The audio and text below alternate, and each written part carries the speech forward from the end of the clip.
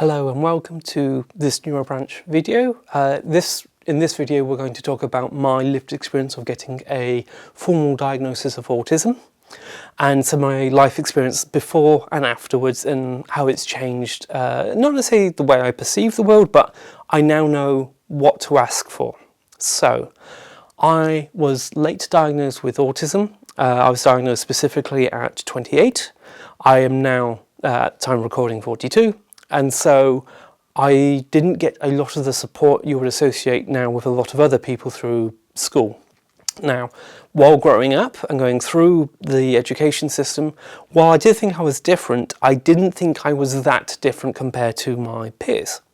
And so I was completely fine with a lot of the situations I found myself in, though I was often quite confused and often stressed because I wouldn't understand why if somebody else said something that was funny, but if I said it, it was rude or problematic, both in terms of staff and my friends.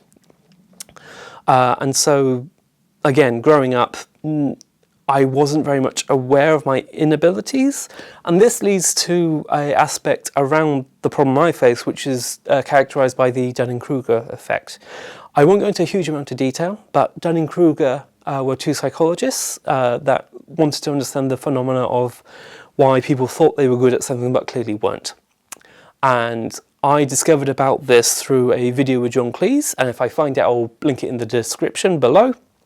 And so growing up, I thought I had fine social skills because I could talk and relay my information quite well. What I didn't have the skills though was to pick up non-verbal information for me to understand what was going on. And this has led to social problems growing up, in particularly with trying to attend social gatherings, because I distinctly remember going to a friend's after-show party because the organisers had stated that it was a case of the more the merrier. I thought, oh, I could come along to this. However, when I was there, I overheard my friend and the production staff say about how I had invited myself and I actually wasn't supposed to be there. And so ever since, I've not gone to anything unless I've been explicitly invited. And that's a specific difficulty I've been having going forward, where I need explicit information or invitation to know that I can participate. However, I've gone through primary, secondary, sixth form, college. I've also now done my degree, all before having a formal diagnosis. It wasn't until setting up Hereford Make specifically, I had a meeting with a member of the county council, and my friend Toft, who's one of the directors of Hereford Make and one of the founders of Hereford Make, told me after the meeting that I need to go and get tested, at which point I did so.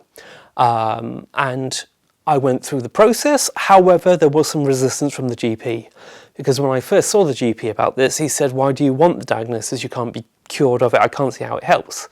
I had to point out it was his job to do so, and that if I was to try and make the best of my life, I needed to understand this complication. So I was completely under the Dunning Krugger effect as a result of I didn't understand how much I was missing, and as a result of having a formal diagnosis, I now know in regards to a benchmark of the difficulties I face in regards to particularly social imagination. And now, as a result of having that diagnosis, I've been able to get some well-being benefit going, oh, it's a disability, I can ask people for help. However, due to the social nature of the difficulty I face, particularly in the British culture, it's difficult for people to provide the support I require, particularly when I need it. Often I will say something that may upset somebody, and it's at that point I need them not to be upset and realise that is just purely my disability, as opposed to me deliberately trying to cause harm or goad them into a situation. But I can say I'm much better through having the diagnosis, because again it gives me that context about how I fit in with the wider community, but also it enables me to access certain services for help, such as access to work where I have a communication support worker. So there is often a well-being benefit that is not acknowledged or recognised by a lot of healthcare. And so if you do have a formal diagnosis, I would like to hear about your positive or well-being benefit from having a formal diagnosis. And if you don't, I'd be interested to hear how you think having a diagnosis may change your life outview and how it may help support yourself and others around you. So please do like and subscribe.